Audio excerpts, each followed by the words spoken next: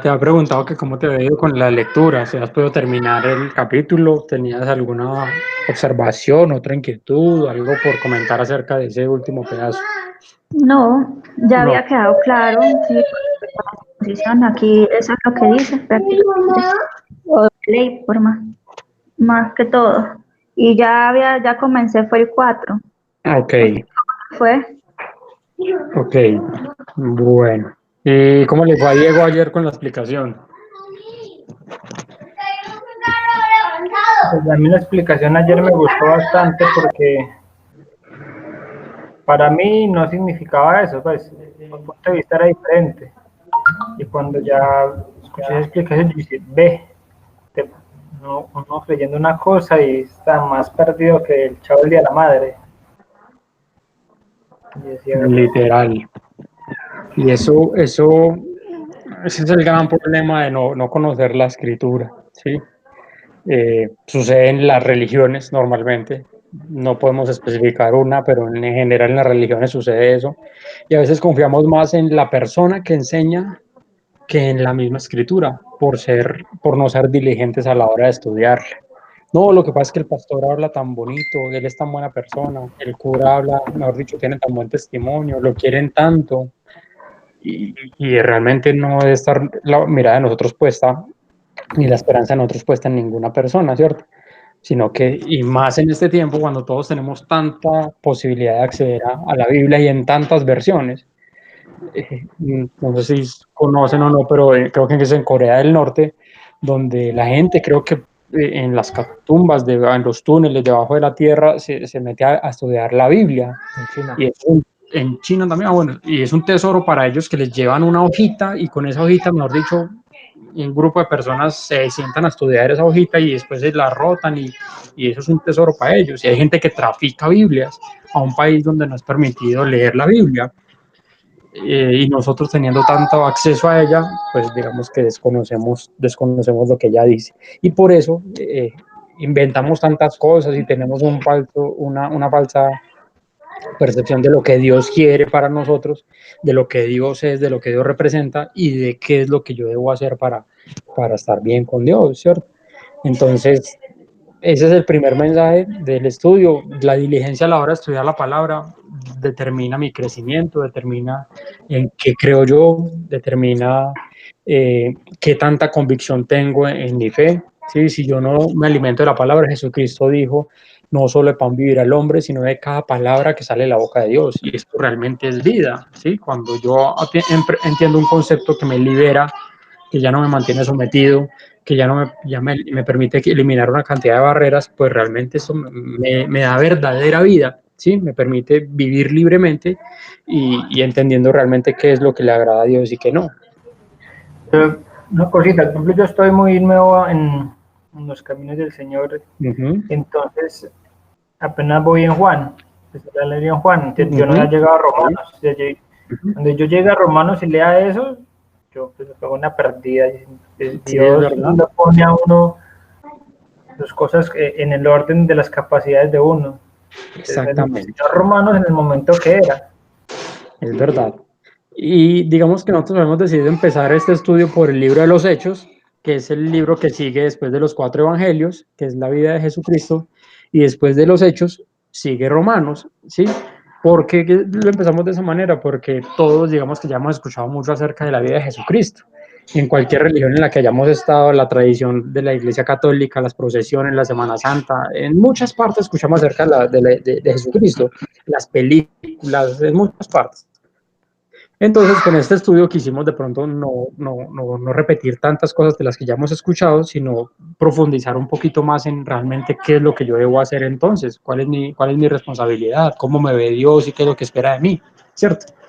Entonces, por eso lo hicimos de esa manera, pero es necesario que en la medida que vayamos avanzando en el estudio nos remitamos nuevamente a los evangelios para entender que todo tiene un hilo que une perfectamente todas las historias.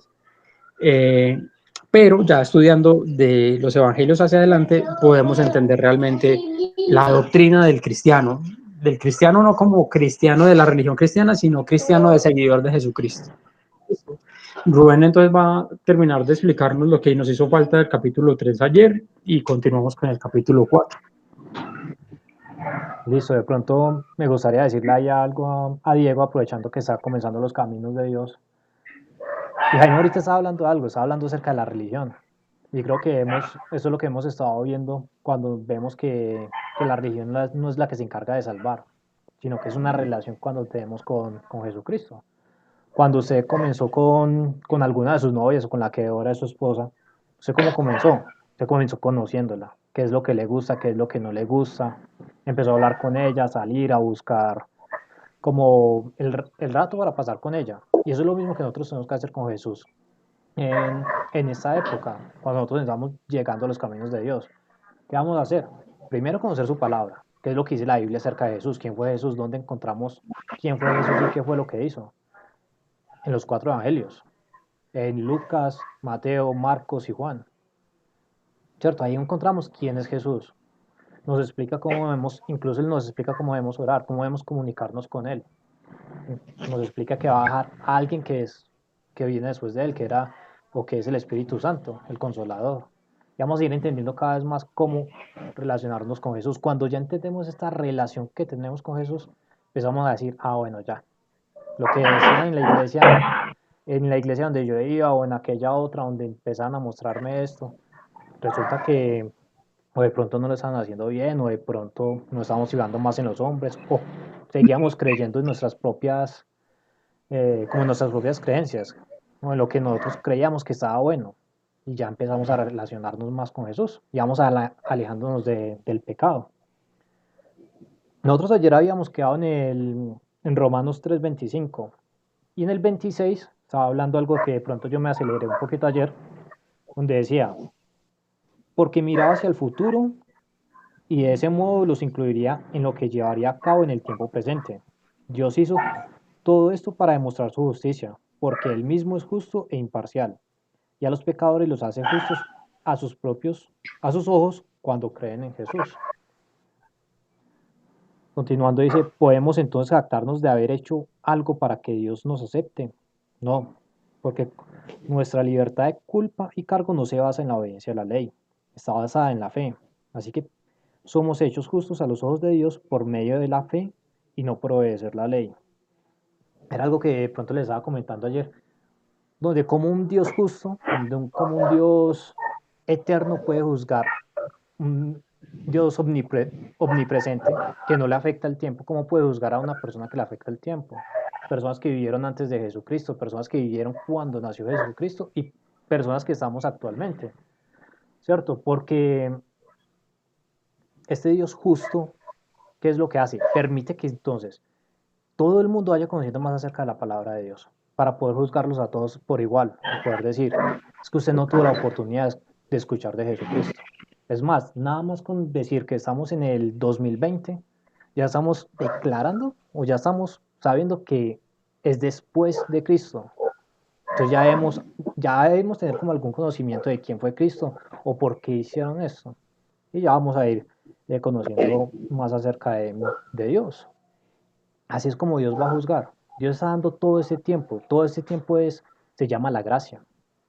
Y la gracia es gratuita. Creo que lo leímos ayer, donde hablaba de una gracia inmerecida.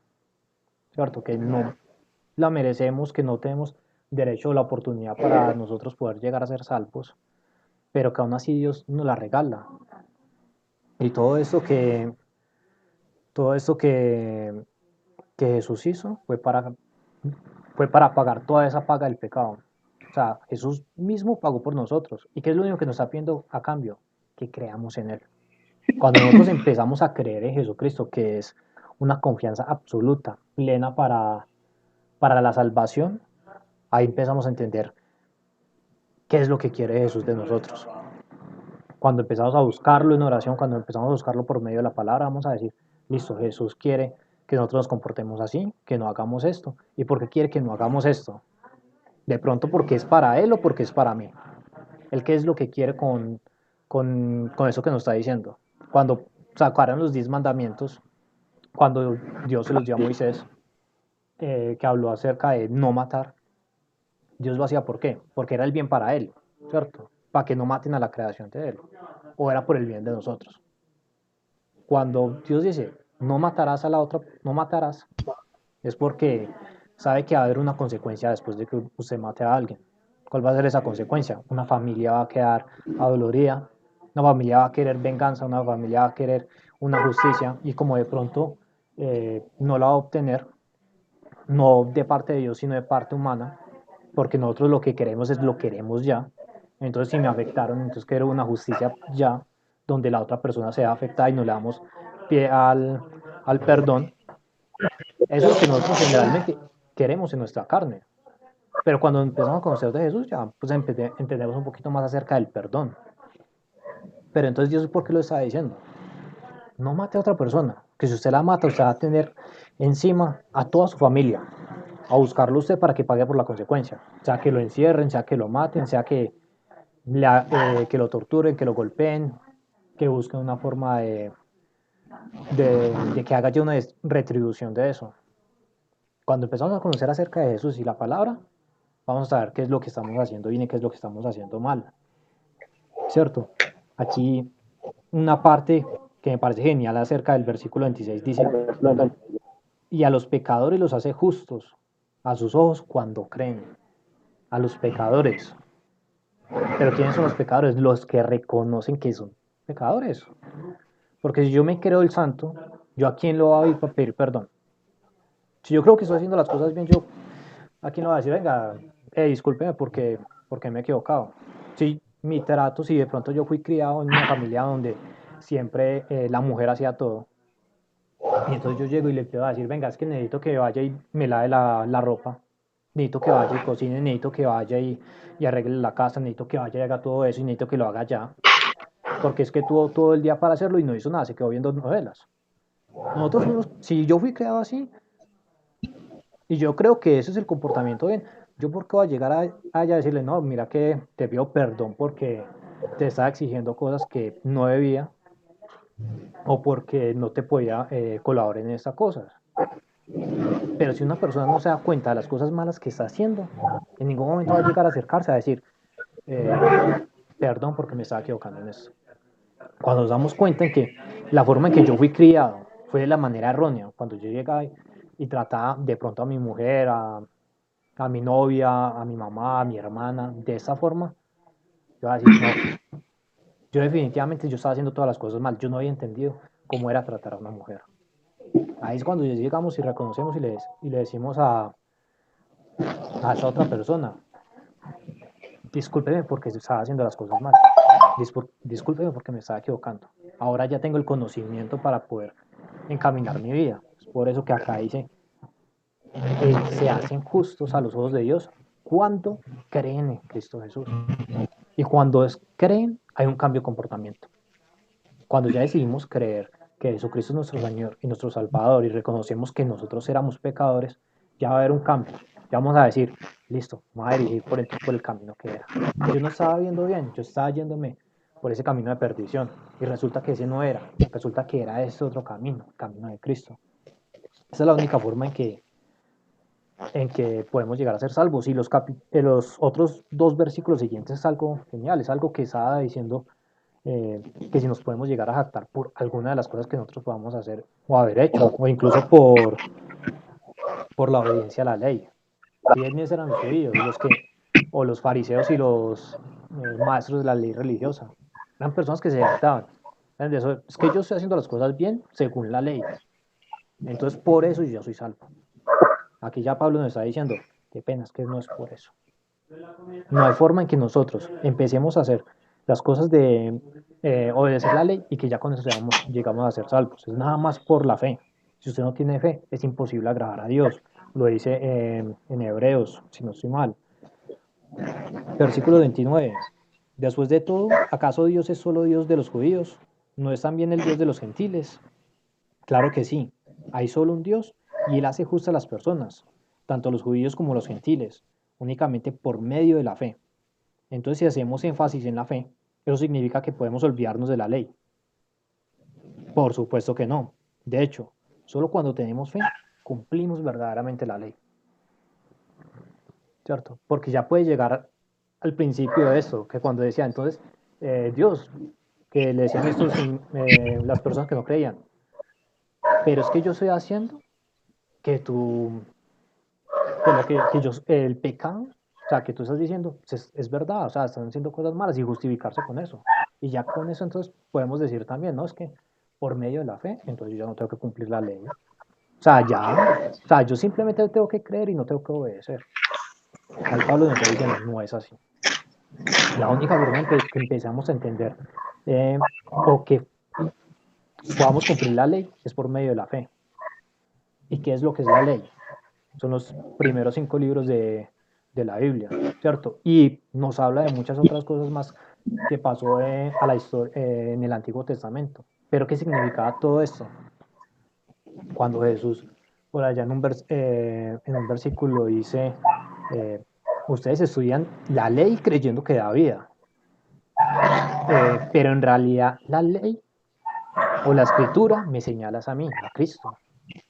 Cuando empezamos a entender quién es Cristo, vamos a leer otra vez todo el Antiguo Testamento y vamos a entender que todo eso iba directo a encontrar a Jesús.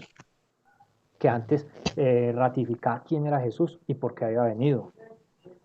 Esa es la única forma en que podamos empezar a conocer verdaderamente la ley y a poderla cumplir.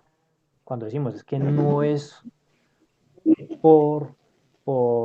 porque nada más Dios quiere, sino cuando entendemos que es para que nosotros podamos estar bien y cuando entendemos que nos va a señalar o nos va a mostrar la vida de Cristo y cómo se cumple todas esas profecías o todo lo que está escrito en el Antiguo Testamento, cómo se cumple en el Nuevo. Cuando viene Jesucristo, es la única forma y ahí vamos a empezar a cumplirla. Así finaliza el capítulo 3. Hasta ahí podemos llegar y decir, eso era lo que decía Pablo, que es solamente por medio de la fe en que nosotros vamos a poder llegar a ser salvos. Es por medio de la fe en que vamos a poder llegar a ser justos ante los ojos de Dios. Y que no va a haber ninguna forma en que nuestros actos hagan o que hagamos los méritos necesarios para que nuestros actos nos lleguen a dar la salvación, sino que va a ser solamente por medio de la fe en Cristo. Que incluso yo les estaba comentando ayer que significa pistis. Esa palabra fe se traduce como pistis. Por acá leyéndolo en un programa que tengo pues de estudio, nos dice que es una fuerte confianza y dependencia en alguien o en algo. Y esta pistis que se refiere acá es en Cristo. Una fuerte confianza y dependencia en Cristo Jesús. Como lo decía el doctor Yatensi. La fe es lanzarse al vacío, sabiendo que Jesús va a estar ahí para sostenernos. Es un acto de fe. Saltar al vacío sabiendo que Jesús nos va a atrapar. ¿Cierto? Esa es la fe. Ya con eso podemos iniciar el capítulo 4. No sé si de pronto alguien tenga algo que decir o algo que quiera complementar ahí. Pues con respecto a lo que usted decía de que la fe es soltarse, personalmente yo manejo una forma diferente, pero es parecido. O sea, a mí me gusta mucho la historia de cuando Pedro caminó en el mar. Pedro era una persona igual que todos nosotros, incluso pues me identifico muchas cosas con Pedro. Y yo creo que fe es no lanzarse, sino soltarse. Pedro se soltó del barco. Él se soltó, o sea, era lo único que tenía seguro. Y eso es lo que es fe. Cuando nosotros tenemos algo seguro, no sé, lo que sea en la vida personal o ministerial, es simplemente soltarnos y quedar parados ahí porque el que camina sobre el mar está con nosotros. Ya cuando nos lanzamos es como algo más impulsivo, claro que sí, eso también se puede tomar como fe, pero creo que es un poco, bueno, lo tomo así, si les sirve a alguno de ustedes, a mi fe es soltarme, sí, soltarme, de lo que tengo agarrado, soltarme. Yo tengo otro aporte ahí para complementar el tema de la fe, y es que en la Biblia encontramos muchos ejemplos de la fe, ¿cierto? Y con el mismo Pedro, recordemos que el Señor cuando lo encuentra, Pedro está pescando, ¿cierto? en una de las oportunidades, en esa oportunidad, digamos que ya estaban de vuelta hacia la orilla porque no habían pescado nada, habían pescado toda la noche y no habían sacado nada. Y el Señor va y les dice, echen las redes nuevamente, ¿cierto? Hacia el otro lado, ¿cierto? Y el man les dice, usted es predicador, muy bonito, pero yo soy pescador, ¿cierto? Yo conozco mi oficio y usted en lo suyo. Le echen las redes. Y va Pedro, dice, bueno, vamos a echar las redes. Y la echó. Y efectivamente saca una red llena de peces, cosa que nunca habían sacado. Y él dice, ¿y este man quién es? ¿Y de dónde salió? Y en ese momento el Señor le dice, sígueme. Ah, eso me encanta. Yo les decía hace unos días que en la prédica que hasta que uno no vivía ese tipo de experiencias con el Señor, uno no podría decir, uff, yo para allá voy. Usted puede escuchar todos los mensajes muy bonitos, los sermones, toda la vaina, y usted dice, uy, qué bacano como predican, qué bacano todo lo que ha vivido esa persona, qué bacano todas las experiencias, los testimonios. ¿Y yo qué? ¿Y para cuándo? Es que el Dios es solamente Dios de ellos, de los que estudian, de los que leen, ¿y yo qué? De los que predican, de los que van a una iglesia, ¿y yo qué?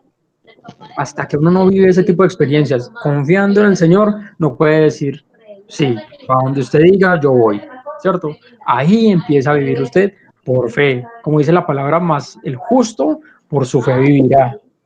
El justo por su fe vivirá. El justo con base en lo que dice Pablo. El justo es el que cree en el Señor Jesucristo y en lo que hizo en la cruz. El justo, es decir, nosotros por la fe vive. No significa eso que nos echamos a dormir y esperamos a que el Señor nos coloque todo en la mesa, sino que ahorita sabemos quién es el que va liderando y guiando nuestro camino. Y en la medida que usted va, como le pasaba a uno en el colegio, que a medida que uno iba avanzando de años, pues las pruebas de los años anteriores se le iban haciendo mucho más fáciles. Y listo, si se la presenta nuevamente, se dice, bueno, esto ya lo resolví. Sumas y restas, ya lo hice, por ejemplo, primero de primaria, en segundo, en tercero.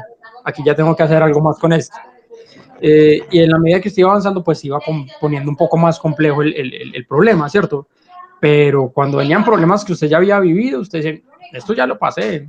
Y si lo pasé una vez, con la ayuda del que ya conocemos, pues ¿por qué no voy a superarlo esta vez? Y ahí empezamos a vivir por fe. Y es importantísimo, digamos que ya que Rubén trae el tema aquí al estudio, porque vemos que en este momento, en medio de la pandemia o del aislamiento, mucha gente vive tensionada, así, con los pelos de punta, y qué voy a hacer, y cómo me reinvento, y ahora para dónde he hecho, si tuve que cerrar, si las no está vendiendo, ¿por qué? Porque están confiando en su negocio, en sus fuerzas, en su conocimiento, en todo en lo que puede ver, ¿cierto? Eso es confianza, eso no es fe. Yo confío en lo que veo, pero la fe, la palabra define la fe, dice, la fe es pues la fe, la certeza de lo que se espera y la convicción de lo que no se ve, ¿sí? Es decir, está hablando de lo futuro, porque dices la certeza de lo que se espera y la convicción de lo que no se ve. Está hablando de lo futuro y de lo invisible. Es decir, que estamos hablando de un Dios que va a hacer, aunque yo no vea cómo. Y hasta que usted no perciba que ese Dios obra, así usted no vea cómo, usted no va a poder decir, sí, Señor, yo te sigo. Y eso es fe. Y de ahí para adelante usted empieza a vivir por fe, vive libre y realmente vive para Dios.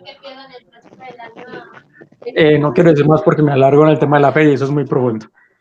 Rubén. Y curiosamente es el tema que sigue. ¿Qué más vamos a hacer? Es el tema que sigue. Vamos a seguir hablando de fe. Bueno, el entonces capítulo vamos a hacerle. 4, es más, el texto acá o el título que tiene acá en la Nueva Traducción Viviente dice, la fe de Abraham. ¿Y quién es Abraham? Es el padre de la fe. El padre Nada de la más fe. y nada menos que es el padre de la fe. Y antes de entrar a leer el capítulo 4, me gustaría leerles un par de versículos. Los tengo por acá ya separados. Génesis 12, para poder entender pues quién fue Abraham, ¿cierto? Dice, el Señor le habla, Génesis 12, versículo 1, el Señor le había dicho a Abraham, deja tu patria y a tus parientes y a la familia de tu padre, y vete a la tierra que yo te mostraré. Haré de ti una gran nación y te bendeciré, te haré famoso, y serás una bendición para otros. Bendeciré a quienes te bendigan y maldeciré a quienes te traten con desprecio. Todas las familias de la tierra serán bendecidas por medio de ti. Ese es el inicio de Abraham con Dios, o uno de los inicios que tenemos de Abraham con Dios. Y aquí es cuando ya empieza Abraham a creer por fe. Dios le está diciendo, deje su patria, deje a sus parientes, a su familia, a sus padres, y vaya a una tierra que le voy a mostrar. A una tierra que le voy a mostrar en futuro.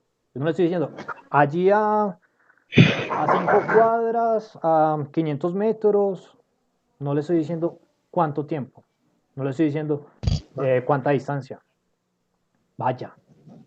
¿Qué fue lo único que hizo Abraham? Abraham, en ese caso Abraham, cogió sus cosas y arrancó su viaje. Listo, acabamos entonces de entrar ya un poquito a conocer más acerca de esa fe de Abraham, o cómo Pablo nos habla acerca de la fe de Abraham. Humanamente hablando, Abraham fue el fundador de nuestra nación judía, que descubrió él acerca de llegar a ser justo ante Dios, que si sus buenas acciones le hubieran servido para que Dios lo aceptara, habría tenido que jactarse. Pero esa no era la forma de actuar de Dios, pues las escrituras nos dicen, Abraham le creyó a Dios y Dios lo consideró justo debido a su fe. El versículo que ya acabamos de leer, Génesis 12:2. Cuando la gente trabaja, el salario que recibe no es un regalo, sino algo que se ha ganado. Pero la gente no es considerada justa por sus acciones, sino por su fe en Dios, quien perdona a los pecadores. David también habló de lo mismo cuando describió la felicidad de los que son declarados justos sin hacer esfuerzo para lograrlos. Oh, qué alegría para aquellos a quienes se les perdona la desobediencia, a quienes se le cubren los pecados, sí, qué alegría para aquellos a quienes el Señor les borró el pecado de su cuenta. Aquí estamos teniendo dos cosas, ¿cierto? Primero nos está hablando acerca de la fe, pero me gustaría hacer énfasis en esto que está diciendo Pablo, en este versículo que está volviendo a citar acá, en Salmos 32, 1 y 2. Y es vincularlo a otra palabra que había dicho Jesús. Cuando Jesús, contando una de las historias, un hombre adinerado le había prestado a dos de sus obreros, a uno le prestó una mayor cantidad que a otro, y luego llegó a ambos y les perdonó la deuda. Y le preguntaba, creo que era un fariseo, y decía, ¿quién de estos dos amará más? El que tiene más. Al que se le perdonó más, amará más, porque más se le ha perdonado. Es muy fácil, por decir algo, que yo le diga a Jaime, Jaime, présteme 5.000. O yo prestarle 5.000 a Jaime. Y a Diego prestarle 5 millones. Y en cuestión de un año yo llegaré a decir, bueno, Jaime, necesito los 5.000. Y a Diego, necesito los 5 millones. Yo le digo a Diego, no, Diego, ¿sabe qué? Yo sé por lo que usted está pasando. Tranquilo, hermano. No me tiene que pagar nada, se los regalo. Antes es más, si le puedo colaborar con algo más, dígame. Y si yo le digo a Jaime, Jaime, no, parce, hágale, deje así. Muchas gracias, no me tiene que pagar esos 5.000 pesos. ¿Cuál de los dos va a estar más agradecido? Yo creería que Diego, pues uno perdonar una deuda de 5 millones a una de 5.000, pues uno dice, uff, va a ser mucho más como el agradecimiento que va a tener. Cuando nosotros reconocemos todo el pecado que nosotros tenemos, era lo que estaba diciendo David. Ahí David estaba hablando acerca de Jesús, de cómo Jesús iba a perdonar nuestros pecados. ¿Cierto? Y es más, Jesús coloca un ejemplo prácticamente que similar. Qué alegría para aquellos a quienes se les perdona la desobediencia. ¿Y acaso nosotros no hemos vivido en desobediencia? Por ejemplo, yo antes de llegar a los caminos de Dios, yo era uno de los que llegaba a tomar incluso hasta 2 días seguidos. Llegaba y me iba para fiestas, desobedecía mucho a mis padres, demasiado. No trataba bien a los demás y buscaba siempre el beneficio para mí y no para el prójimo, no para el otro. Cuando yo llego a los caminos de Dios y yo digo, todo eso que yo hacía, ahora ya quedó saldado. Ahora, ¿qué es lo que yo quiero? Yo quiero es agradar a Cristo. Eso es lo único que yo quiero. Eso era lo que decía Jesús en ese, o lo que quería decir Jesús en ese ejemplo. Y eso es lo que nos está diciendo acá David, o Pablo nos está recordando las palabras de David. Qué alegría para aquellos a los que se les perdona la desobediencia. Continuando dice, ahora bien, ¿es esta desobediencia solamente para los judíos o es también para los gentiles incircuncisos? Como venimos diciendo, Dios consideró a Abraham justo debido a su fe. Pero ¿cómo sucedió esto? ¿Se le consideró justo solo después de ser circuncidado o fue antes? Es evidente que Dios aceptó a Abraham antes de que fuera circuncidado. La circuncisión era una señal de que Abraham ya tenía fe y de que Dios ya lo había aceptado y declarado justo aún antes de que fuera circuncidado. Por lo tanto, Abraham es el padre espiritual de los que tienen fe pero no han sido circuncidados. A ellos se les considera justos debido a su fe. Y Abraham también es el padre espiritual de los que han sido circuncidados, pero solo si tienen la misma clase de fe que tenía Abraham antes de ser circuncidado. ¿Dónde vemos esto? Acá en ningún punto nos está diciendo Pablo, nos está mostrando el versículo donde podemos encontrar esto, dónde fue que Abraham fue hecho justo ante los ojos de Dios. Pero si empezamos a buscar en Génesis, que es donde nos relata la historia de Abraham, lo encontramos en el capítulo 17. Capítulo 17, les voy a leer les voy a leer unos versículos en particulares. Listo. Versículo 1. Cuando Abraham tenía 99 años, o sea, ya estaba viejito, 99 años, el Señor se le apareció y le dijo, yo soy el Shaddai, Dios Todopoderoso, sírveme con fidelidad y lleva una vida intachable. Yo haré un pacto contigo por medio del cual garantizo darte una descendencia incontable. Al oír esto, Abraham cayó rostro en tierra. Después Dios le dijo, ese es mi pacto contigo, te haré el padre de una multitud de naciones. Además cambiaré tu nombre, ya no será Abraham, sino que te llamarás Abraham, porque serás el padre de muchas naciones. Te haré sumamente fructífero. Tus descendientes llegarán a ser muchas naciones, y de ellos surgirán reyes. ¿Cuántos años tenía Abraham? 99 años. Es más, al otro año ya tenía los 100. No había tenido hijos. Pues si leemos, buscamos la historia, Abraham en ese momento no había tenido ni un solo hijo. Pero Dios ya le estaba prometiendo a los 99 años. Dice que Abraham también pensó en Sara, porque Sara también tenía muchos años en edad y el vientre de ella tampoco era, pues que pudiera tener. Dice el versículo 17, mejor se los leo, versículo 17. Entonces Abraham se postró hasta el suelo porque se rió por dentro, incrédulo. ¿Cómo podría yo ser padre a la edad de 100 años? Pensó. ¿Y cómo podrá Sara tener un bebé a los 90 años? O sea, se llevan 10 años. Así que Abraham le dijo a Dios que Ismael, bueno, qué pena, se había tenido hijo, pero no era el hijo de no era el hijo que Dios le había prometido a Dios. Este hijo que había tenido había sido con su sierva Agar, que Ismael vio bajo tu bendición especial. Pero Dios respondió, no, Sara, tu esposa, te dará luz a un hijo, le pondrás por nombre Isaac, y yo confirmaré mi pacto con él y con sus descendientes como pacto eterno. ¿Cierto?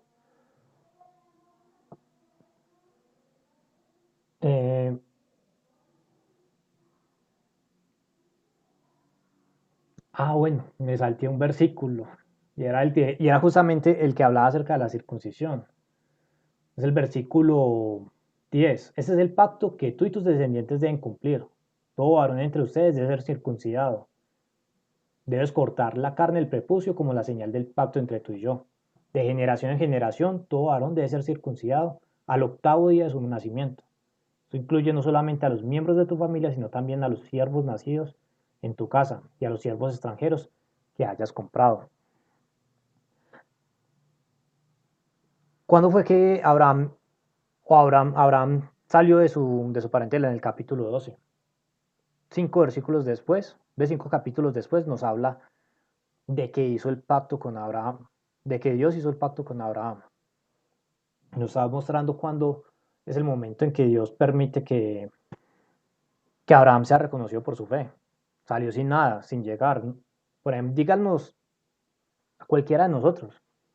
Jaime, Diego, Rubén, pues Caro ya no está. Pero necesito que se vaya para para una tierra que lo va a mostrar. Abandone todo, todos los lujos que tiene en este momento, el computador, el celular, la cama, la casa como tal, la comida, y váyase. Arranque con todas sus cosas y váyase. Muy poquitos. La verdad yo diría que ninguno seríamos capaces de aceptar eso. Que lleguen y nos digan, deje todas sus comodidades y váyase para una tierra que lo va a mostrar. Donde usted no sabe dónde va a llegar. Usted no sabe si va a tener las mismas comodidades que tiene en este momento o no. ¿O quién sería capaz? ¿Quién sería capaz de levantar la mano y decir, yo sí sería capaz? Yo creo que es muy duro. Uno a veces creer en eso es difícil. Abraham le creyó. Por eso es que fue considerado el padre de la fe. Terminando estos versículos del capítulo 4, dice, obviamente, la promesa que Dios hizo de dar toda la tierra a Abraham y a sus descendientes no se basaba en la obediencia de Abraham a la ley, sino una relación correcta con Dios, la cual viene por la fe. Es el versículo 13. Y una pregunta de cultura general, ¿quién escribió la ley? ¿O Dios a quién le dio el conocimiento para escribir la ley? ¿Se la dio a Moisés? Se lo da a Moisés. Y Moisés fue mucho después de Abraham, en el Éxodo. Fueron casi 340, más de 340 años, fueron muchos. O sea, entre Génesis y Éxodo hay 340 años. Entre Abraham y Moisés, los que usted quiera. Y fue a Moisés a quien le reveló la ley. ¿Cómo podría ser entonces Abraham ser considerado justo por la ley si ni siquiera se había escrito? Si Dios ni siquiera se la había revelado a alguien. Abraham creyó sin saber la ley, sin saber que matar era malo, pues, o técnicamente que en algún manuscrito estuviera, valga la redundancia, escrito. Abraham simplemente creyó. Y él empezó a conocer la ley porque Dios se la iba revelando, pero no era considerado justo por eso, sino porque le creyó a lo que Dios le estaba diciendo. Por eso es que Abraham es considerado el padre de la fe. ¿Y el padre de la fe de quién es? De los circuncisos, de los que ya cortaron el prepucio. No, de los que de los que no han sido circuncidados. Ese es el padre. Y ya, si usted es circuncidado, le dice a los judíos, su padre también va a ser Abraham, siempre y cuando ¿qué? Tenga la misma fe. O sea, no es por medio de la circuncisión que nosotros vamos a llegar a ser salvos. Ese era un pacto que tenía Dios con su pueblo. Y es más, en el libro de Hechos vimos cómo esta ley fue como prácticamente abolida para los gentiles, para los que no fueron nacidos en la tierra de Judá, en Israel.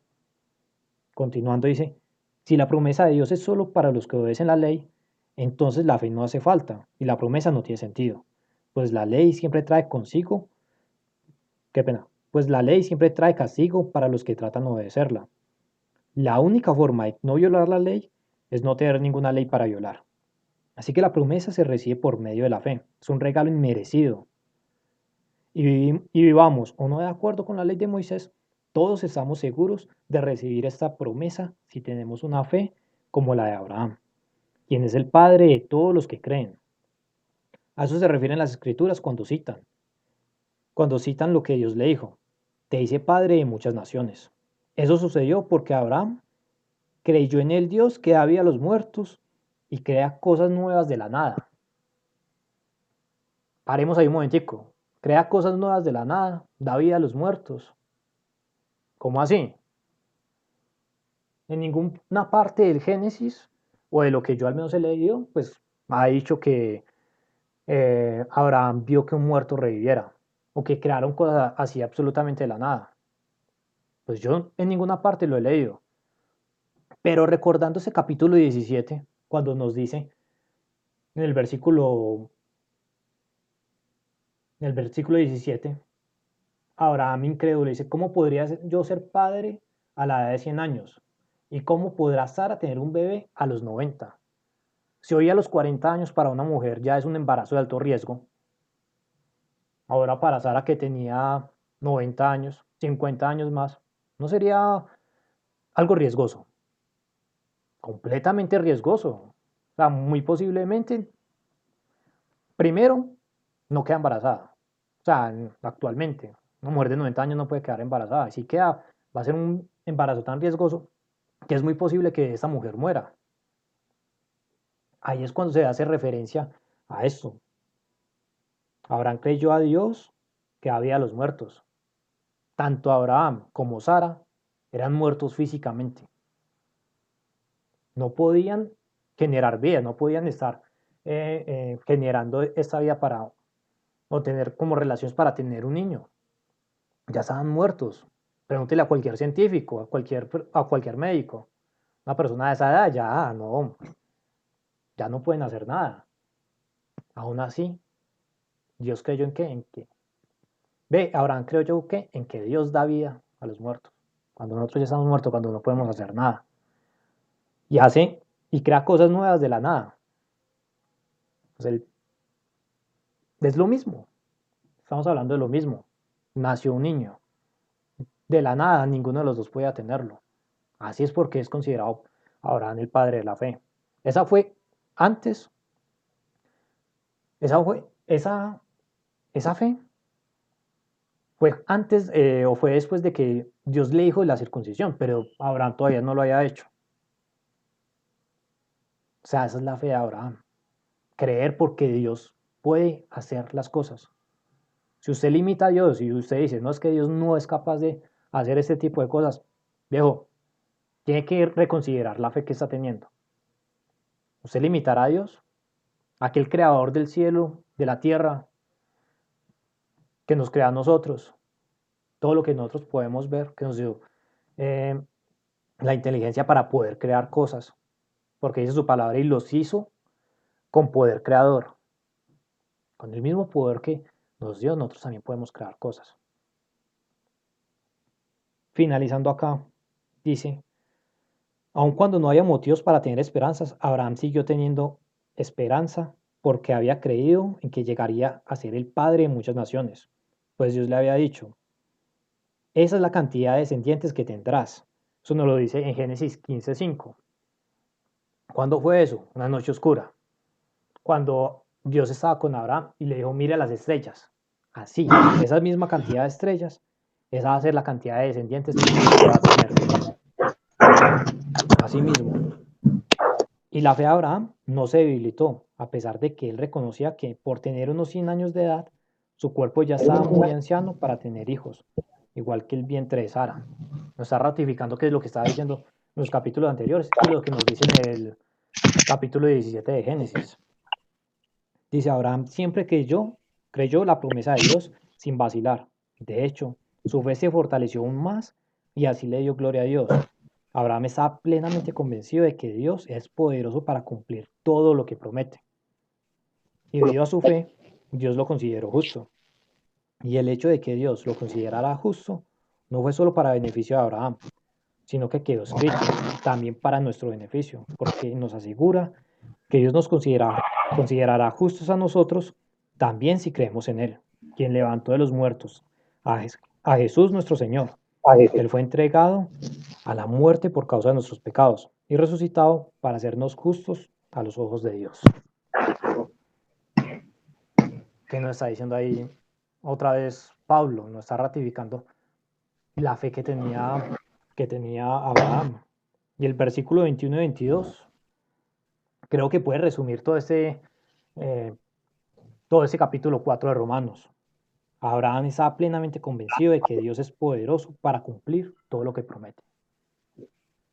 Si Dios promete algo, Dios lo va a cumplir. Que no va a ser en nuestros tiempos. Cuando Dios le prometió a Abraham que iba a tener un hijo, Abraham estaba mucho más joven. Fue a la edad de los 100 años y los 90 de Sara, cuando permitió que tuviera el hijo de la promesa, por el cual iba a llegar Jesucristo.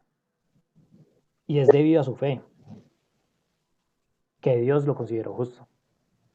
No es de nada más, simplemente por medio de la fe, que Abraham fue considerado justo. Y así es como nosotros debemos creer esto también. Dice que cuando Abraham iba pasando como por pruebas, o cuando iba viendo como la fidelidad de Dios al cumplir sus promesas, su fe era cada vez fortalecida. Cuando nosotros le creemos a Dios y que Dios va a estar ahí, como Él lo prometió, que Él no nos va a abandonar, sino que siempre va a estar ahí con nosotros. Y lo empezamos a ver en nuestras vidas. Cuando empezamos a recapitular qué es todo lo que ha pasado en nuestras vidas y cómo fue el hecho de que llegamos al día de hoy al cristianismo, o al menos a creer en Cristo, vamos a ver que todo lo que ha pasado, todo lo que Dios permitió que en algún momento pasara, fue para este momento. Fue para el momento en que lo conociéramos a Él. El que ya dejáramos de vivir para nosotros y que empezáramos a vivir para Cristo. Ahí es cuando nosotros podemos corroborar nuestra fe. Es decir, Dios permitió todo esto justamente para este momento. Y nuestra fe va a ir creciendo. ¿Cómo va a ir creciendo nuestra fe? Por pasos que demos. Yo creo que ahí termina el capítulo 4. No sé si de pronto Jaime, Diego o Carolina quieran complementar algo adicional. Sí, yo quería decir algo, quería saber si me escuchaban porque he tenido mucho problema con la conexión. No, ahorita. O sea, vi que te salías, que entrabas y salías, pero no te habíamos En este escuchado. momento no lo escuchamos. Bueno, quería hablar sobre los primeros versículos. Me dice en el versículo 3, lo voy a leer en la versión Reina Valera, porque, ¿qué dice la escritura? Que creyó Abraham a Dios y le fue contado por justicia. Donde dice que Abraham le creyó a Dios es en el capítulo 15, versículo 6, donde Abraham y Dios están hablando y él le está prometiendo que así será su descendencia, como las estrellas, y las puede contar, y como la arena, y bueno. Y entonces en el capítulo 6 dice, y creyó a Jehová. Y entonces ahí fue que le fue contado por justicia. Bueno, ahora, eso era lo que quería decir. Primero hay que creer, y esta es la parte donde Abraham cree y le es contado. No le contó circuncisión, no le contó ley, sino que le contó haber creído a la promesa de Dios. Más adelante me dice, o cita Pablo, el Salmo 32, del 7 al 8, versículos 7 y 8, y este salmo es cuando David comete adulterio y asesina a Urias. Entonces, según la ley, para estos dos pecados él debía morir. En segunda de Samuel 12:7 relata la historia donde el profeta Natán le dice a David que él es culpable. Y cita, y David le dice todo aquello, pues le dice toda la historia, que tal, y le dice cómo ha dicho el Señor, que sobre su casa va a estar la consecuencia de este pecado. Entonces, más adelante en el versículo 13 dice, y David dice a Natán, pequé contra Jehová. Entonces él admite acá, él se arrepiente. Pues, y es importante señalar estas dos cosas porque Pablo hace mención a estas. Nosotros cuando recibimos al Señor Jesucristo, le creemos, y ya después de cuando le creemos nos arrepentimos. Es importante saber que para recibir la gracia de Dios, estas dos cosas son importantes. Era lo que quería decir, pues que tuviéramos en cuenta que es necesario creer y arrepentirnos. Por eso Pablo pues hace mención de estas dos cosas acá en el capítulo, y pues citando el Antiguo Testamento y estas dos personas que son tan importantes para el pueblo judío. Listo, Caro, muchas gracias. Igual tocamos pues como varios temitas. Esto también está quedando grabado, nosotros te lo vamos a compartir por... Sí, lenguaje. Era para si han ya desarrollado pues esta habilidad. Caro, igualmente pues nosotros tocamos varios temas, ¿cierto? De pronto no pues lo alcanzaste a escuchar como completo porque veíamos que estabas teniendo problemas con el internet. Igual lo vamos a subir al canal de YouTube y te lo vamos a compartir para que de pronto escuches algo que de pronto dijimos y no alcanzaste a escuchar. Listo. Listo.